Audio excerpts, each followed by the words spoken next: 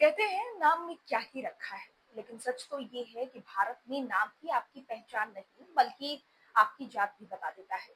और इसमें सबसे बड़ा रोल निभाता है सरनेम, जो कभी शान से बोला जाता है तो कभी डर के मारे छुपा दिया जाता है। लेकिन क्या आपको पता है कि सरनेम की ये परंपरा हमेशा से नहीं थी? तो चलिए आज आपको ले चलते हैं एक सफर पर, जहां हम जानेंगे कि सरनेम कब और क्यों हमारी पहचान का हिस्सा बना और कैसे ये राजनीति का हथियार भी बन गया। दरअसल अगर हम इतिहास के पन्ने पलटे तो सतयुग, त्रेता और द्वापर युग में आपको सरनेम का कोई नामो निशान नहीं मिलेगा। रामायण में राजा दशरथ, उनके पुत्र राम, भरत, लक्ष्मण और शत्रुघ्न, बस इतने से ही पहचानी जाती थी। महाभारत में युधिष्ठिर, भीम, अर्जुन, नकुल, सहदेव, गुरु द्रोणाचार्य, इनके नाम के आगे कोई टाइटल नहीं था। तब नाम ही व्यक्तित्व की पहचान था। जात या वंश की छाप लगाने की जरूरत नहीं पड़ती थी। बाद में बौद्ध काल आया, यहाँ लोग अपने नाम के साथ कोई विशिष्टता जोड़ने लगे। जैसे चतुर्वेदी उन लोगों के लिए जो चारों वेद जानते थे, लेकिन ये जाति का संकेत नहीं था, ये योग्यता और पेशे का प्रतीक था।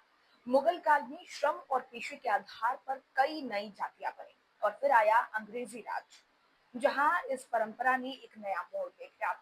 अंग्रेज अधिकारियों को भारतीयों के एकल नाम प्रशासनिक और कानूनी रिकॉर्ड में दर्ज करने में दिक्कत होने लगी, तो उन्होंने सरनेम थोपना शुरू किया ताकि हर व्यक्ति की पहचान और उसकी जात साफ साफ दर्ज हो सके।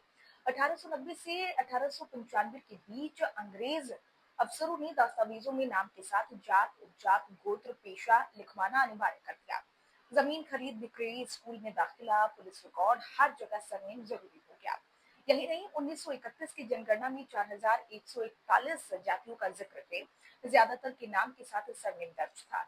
आजादी के बाद भी ये परंपरा खत्म नहीं हुई, लेकिन 1974 में जयप्रकाश नारायण के नेतृत्व में संपूर्ण क्रांति आंदोलन ने एक नई लहर लाई। नारा था जात पात तोड़ दो, तिलक दहेज छोड़ दो। तब आंदोलन से जुड़े कई नेताओं ने अपना सरनेम हटा दिया ताकि उनकी जात का पता ना चल सके। पूर्व मुख्यमंत्री जगन्नाथ मिश्र ने भी अपना मिश्र सरनेम छोड़ दिया और सिर्फ डॉक्टर जगन्नाथ कहलाने लगे।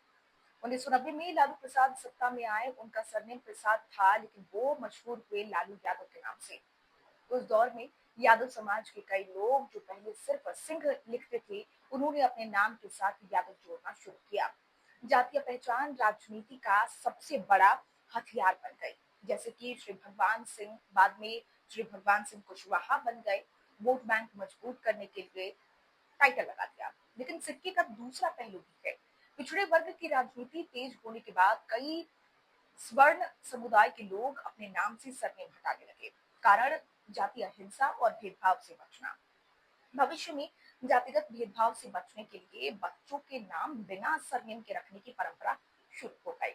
लेकिन अब हालात फिर बदल रहे हैं। 2 साल पहले हुई जातीय जनगणना में बिना सरनेम वाले लोगों की जाति पता करने में प्रशासन को मुश्किल हुई।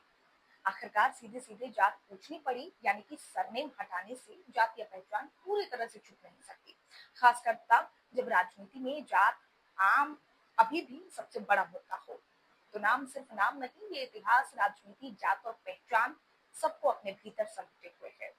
कभी ये गर्व का विषय बनता है तो कभी डर का कारण और कभी राजनीति हथ और कभी राजनीतिक हथियार बनता है। नमस्कार।